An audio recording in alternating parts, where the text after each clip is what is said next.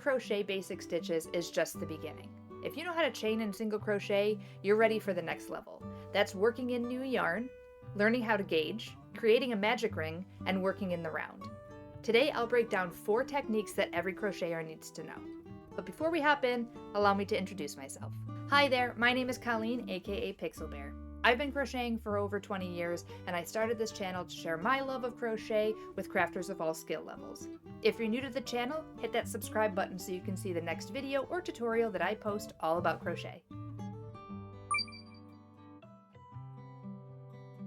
Let's start by talking about a moment every crocheter runs into, when your yarn runs out. Don't worry, adding more yarn is simple once you know how to do it. And it's the same technique you can use to seamlessly change colors. Here I have a project where I ran out of yarn. This is definitely not the same swatch I used in past videos. It definitely is. I do have a little bit of a tail. To start this or to start adding additional yarn, you're going to want to make sure that your tail measures about 2 to 3 inches at least, if not more. Having a longer tail is fine, it just means you're going to have to trim it down later. So if you want to give yourself a little bit of extra safety room, that's totally fine too. So, in order to add another bit of yarn, I have my ball there. I have a single crochet here and a single crochet here, so I'm doing a row of single crochets after my triple crochet row. I'm going to move it a little bit closer to the camera.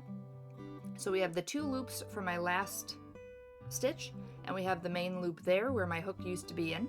And how you're going to do this is you're going to stick your hook through those loops. If you lay your work flat, it's a little bit easier. Make sure that this loop is a little bit longer so it doesn't fall out, because it's important that it stays in place while you do this. And then you're going to take your new yarn, put it on your hook in a bit of a loop fashion, so you have the 2 tails here. If you hold those together, that's going to stay on your hook. Just kind of hold it tight with your back fingers, and then you're going to pull through those 2 loops. And then you're going to take the tail that you had from your original loop and you're going to pull it out. And what that does is it tightens the whole stitch, and you're ready to continue. So I'm going to do this one more time. So I pulled that last stitch out. I'm going to make a single crochet, still have my tail there. I'm going to pull a little bit just to make this a little bit bigger so it doesn't fall out too early. And then I'm going to wiggle my hook into those 2 loops. I'm going to take my new skein of yarn, fold it over my finger so it makes a little loop, and this is going to be something that my hook can catch. Put that loop around the hook so I have both of the tail and the working yarn in my hand, and then I'm going to pull through those loops. So I have the old loop that I had for my stitch and the new skein loop on my hook, and then I'm going to pull that old tail, and that's just going to secure the new skein of yarn. Now, the reason I don't like to tie the new yarn onto the old yarn is oftentimes, especially if you're using a chunkier yarn, you're going to create a small knot. And that's not what we want. The piece should really not have any knots in it. Now that I have the new skein of yarn on my hook, and it's part of the new stitches, I'm going to take both of the tails, so that's the old tail that we pulled through and the tail from the new skein of yarn, and I'm going to lay them on top of the project. This also works if you're working in the round, which we're going to talk about later in the video, but you can just set them on top of the next row of stitches, and then I'm going to work over those 2 tails. It's going to add a little bit of bulk, but it's not going to be too bad. So, if I'm doing another single crochet, I push the hook through, I grab the yarn on the other side, and as you can see, both of the tails are just kind of hanging out on top of the project, and then I'm going to yarn over and pull through the 2 loops. Not only does that secure your piece and your new piece of yarn that you're adding in, or your new skein, it also hides those tails. So as you're working through, you can't really see the tails as you're working. If it's a different color, you might see it, and you'll see that when we do the color change, but it hides it really well. And so you can see I'm just working through more single crochets until the end of the row. Now, I don't normally take both tails to the end of the row. I'll usually do maybe 5 or 6 stitches. And then with my scissors, I did about, let's see, 1, 2, 3, 4, about 4 to 5. With my scissors, I'm gonna cut them off. Now you can do my hidden tail trick, but I'm gonna continue to crochet over those, so it shouldn't be too big of a deal. So then you go ahead, yarn over again, make sure that those tails are tucked into the stitch, and you pull through. We're just gonna finish this row so you can see how well those tails stay hidden and how you can't really tell which stitch I added that extra piece of yarn to. So that is adding a skein of yarn. Now let's take a look how to change colors using that same technique. For this row, I'm gonna do double crochet so you can see how it can work with a double crochet. It's really just, you're gonna use those top 2 loops at the end of your stitch. So what I mean by that, let's go through and make a couple of stitches so we secure. All right, so I made 3 stitches, and now for some reason in the middle of this row, I need to change colors because that's just how I want my project to look. I'm gonna use this blue to contrast, so I'm just gonna take a little bit out, and we're gonna use the same technique as I used when I added that extra skein. So I'm gonna leave a little bit of a tail.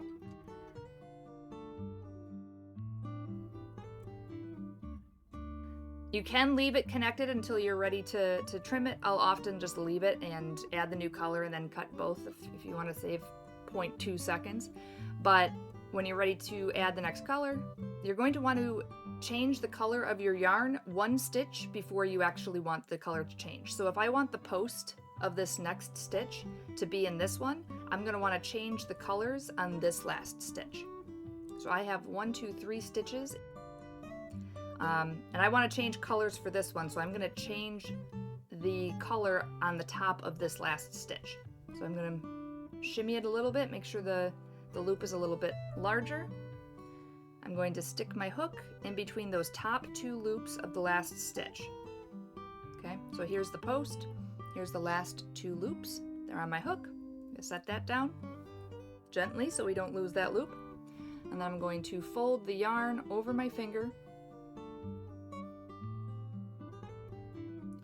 I'm going to slip it around the hook, and I'm going to pull through those 2 loops, and I'm going to pull that tail. I'm just going to show that how the color change works. So I'm just going to make another double crochet, working over both of those tails. Just going to make a few stitches so you can kind of see what's going on. So again, I'm working over those tails to hide them. But as you can see, out a little bit so it doesn't go anywhere. As you can see, I'm working in the tail and you can't really see it. You can kind of see it on the other side a little bit, but you're not going to see much, especially if you're only doing a 1 color change during the project. You're going to be able to hide those tails very well within the stitch. And the reason I like this particular way of changing colors is, yes, you can see the top of the stitch is a little bit before the post. However, when you keep moving along,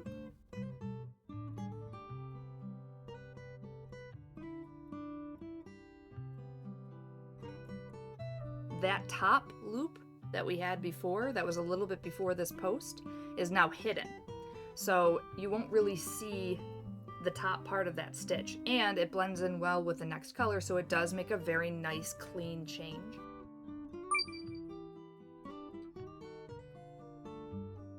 Now that we know how to keep our project going by adding a new color or a skein, let's talk about something that confuses most beginners and often is avoided by even seasoned crocheters: gauging.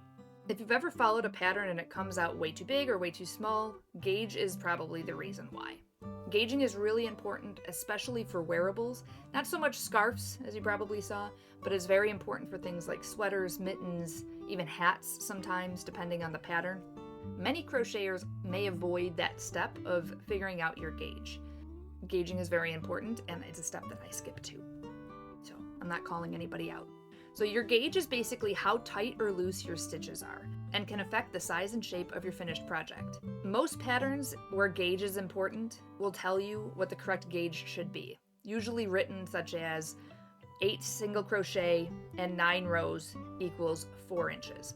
That means when you crochet 8 single crochets made into 9 rows, your swatch should measure 4 inches across and tall.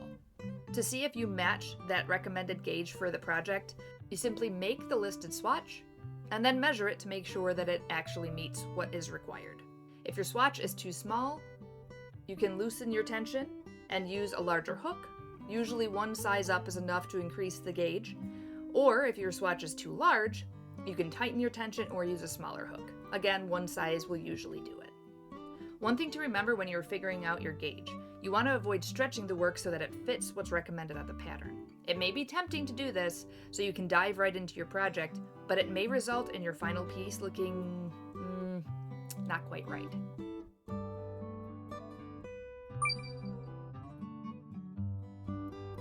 Next, let's talk about something that pops up in almost every crochet in the round pattern, the magic ring. A magic ring or a magic circle is a way to start crocheting in the round without leaving a hole in the center.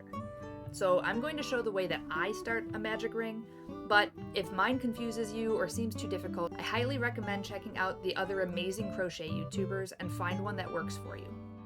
So as I said, I do mine a little bit different, but to start the magic ring, I'm going to hold the yarn across my 4 fingers like I do for my slip knot.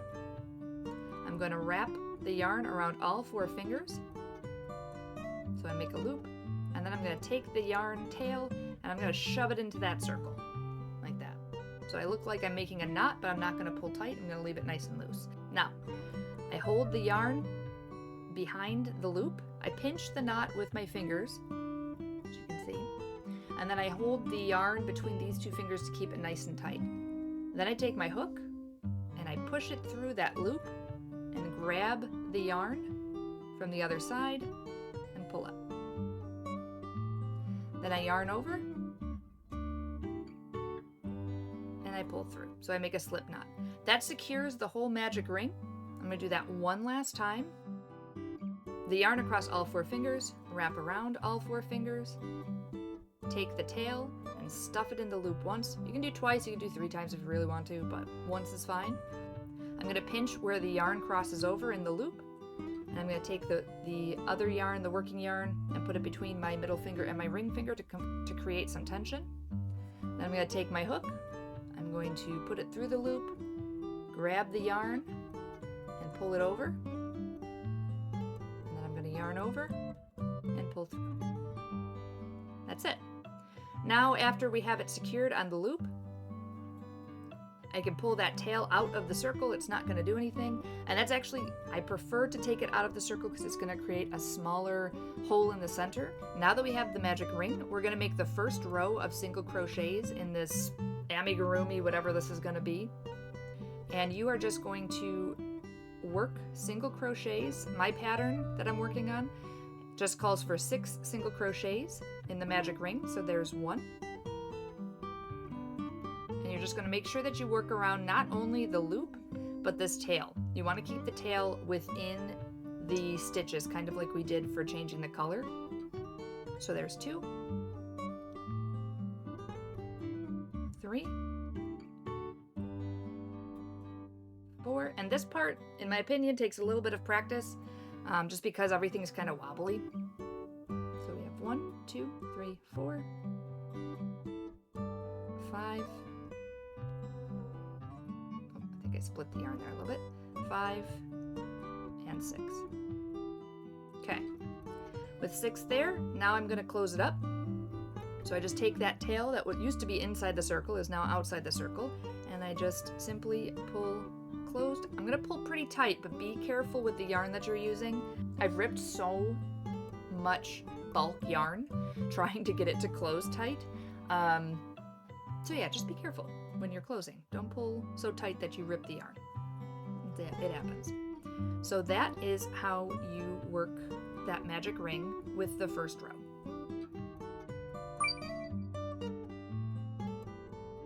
The last technique we need to cover is how to work in the round. This is used for projects like amigurumi, hats, mittens, and much, much more. Working in the round simply means that your project is circular and you add more rows following the spaces. There are 2 ways to work in the round. Your pattern will tell you which way to use. The first is called the continuous round or spiral method, and this is the one that I use most often, even when I'm changing colors between rows. For this, you're going to need to use a stitch marker. Now, you can go out and buy fancy stitch markers if you prefer, but personally, I use what I have on hand, which is usually a bobby pin. I prefer bobby pins with the stitch markers that I bought or I got for a gift once. It clips closed, and to me, I don't want to have to clip it. So sometimes I didn't clip it and it fell out. So I'll use those in a pinch when I have them handy and I don't have a hair clip handy or a bobby pin handy, but I prefer bobby pins because you can slip them in and they don't go anywhere, and you're going to see when I use it here. And then you can easily pull it out and continue. So for the continuous round, I'm going to show you on the project that we started. So here's the magic ring. I'm going to use that first stitch. I'm going to push my hook in, grab it on the other end, and I'm going to do single crochets. So now I have my first stitch that makes the circle, and this is going to be my first stitch, and this is where I want the stitch marker to go. So I'm going to take my bobby pin, and I'm just going to put it in, and now it just kind of hangs there. It can be a little annoying because they're kind of longer, but as you make bigger projects, you're not even going to notice that. So now that I have that in place, I can continue my row, and how the continuous spiral works is you just continue to work in that rows until we get to the end.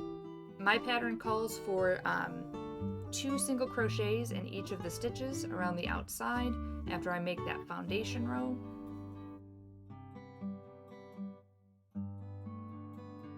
I'm going to make increases all the way around. That's 2 single crochets in 1 stitch will actually make an increase. I haven't really talked about that, but I will get into increases and decreases when we talk about amigurumi, and that video is coming up. So if you're looking forward to making all those cute stuffed toys you see all over Pinterest, we'll get into increases and decreases. All right, so I'm back at the stitch where my stitch marker is. You can see right there. There it is. So I'm going to remove my stitch marker. See how easy that was? Don't have to worry about unclipping anything. For this particular method, I'm not going to do any chains. I'm just going to simply stick my hook into the next stitch, yarn over, and pull through 2. And there we are. But we don't want to go too far. We want to put our stitch marker back in. Stitch markers do not make you less of a crocheter. I want to point that out. There's people that think that if you use a stitch marker, you're not much of a crocheter. No, you're just working smarter, not harder. So you don't have to worry about counting every stitch or anything like that. You know where your stitch marker is. And you can easily go back and count to double check your stitches. Use stitch markers of some kind. You can use twist ties, you can use spare yarn where you pull it through and tie it. You can use the fanciest stitch markers you want. Whatever works for you, use it. I'm going to do one more row to show. So in the next row, I have 1 single crochet and then an increase. So I'm just going to do that really quick. Now that we're at the end, I'm just going to pop one in. There's my increase. And again, to continue this, I'm going to pop out that stitch marker, pop in my first stitch of the next row, and make sure I put the stitch marker back. So the second method is called the joined round method. In this method, you're going to actually use a chain to start and end each row. So it's going to look a little bit different on mine because I'm just continuing this project. But for the joined round method, you're going to start each row with a chain. And then you're going to single crochet around to the other end. Now notice, I did not use the stitch marker because for this one, you don't have to.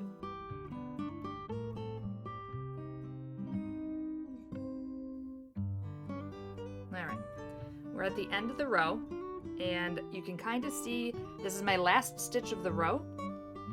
So it's a little bit harder to see on this one, but you can tell where the chain is. So here's the start of the next row, and then there is a loop. That was my slip knot. that I did in the beginning, and I'll show you that's the join of this particular method. It's called the joined round technique. This is the join, and then this is the last stitch. So I'm going to go into my last stitch, I'm going to single crochet, and I'm not going to single crochet into that join because then I'm going to start increasing where I don't want to increase. You should always increase in stitches. You should never use that join for a stitch. You're going to skip that join, you're going to insert your needle and pull over and make a slip stitch. And that's going to be your join, and then you chain one, and then you can start going again. I'm going to do this one more time so you guys can see. Alright, so I'm at the end of my row again, and this here is called the join. So you can see the join there. I'm going to not use that as a stitch. It is not a stitch, it is a join. I'm going to go to the first stitch of my row that I'm working on. I'm going to insert my hook, pull through, and create a slip stitch. And that's my join. And I'm going to chain one, and then we can continue in the round. Now, why do I prefer the continuous round over the joined round technique? It depends on what I'm working on. But I used to only do the joined round technique because that's what I learned first and the pattern that I used to base all of my nerdy hats on. And I made a lot of nerdy hats when I was younger. The reason why I prefer the continuous round is if you do the joined round, you're going to start seeing a bit of a seam. No matter how good of a crocheter you are, there will be a bit of a seam. Now, will most people see that seam? No. Will it affect the final project? Depending on who's looking at it, in my personal opinion, it doesn't look as clean because of that seam, but most people are not going to see that seam unless they're a crocheter and they know about the two different techniques. The only time I'll really use the joined round technique is if I'm going to change colors, and I'm going to change colors frequently. Unless I want to make a spiral pattern in the hat, then I'll use the continuous method because I want to create that spiral kind of look. But if I'm going to do like a striped hat or striped mittens or something like that, I will use the joined round technique in order to change the colors in a more clean way. I find that it creates more of a clean edge. It's not perfect, but it's less noticeable and it's less of a seam. And there you have it, 4 additional techniques that every crocheter needs to know. In my next video, we'll put everything we've learned together and learn how to read patterns from start to finish. But before we wrap up, I have one question. Which of the 4 techniques did you find the most challenging? Or maybe you had to practice a little bit more? Leave the answers down in the comments. If you found this video helpful, why not give it a thumbs up so other beginners can find it and maybe it can help them too. And be sure to subscribe so you can catch my next crochet video when it goes live. Until then, happy crocheting!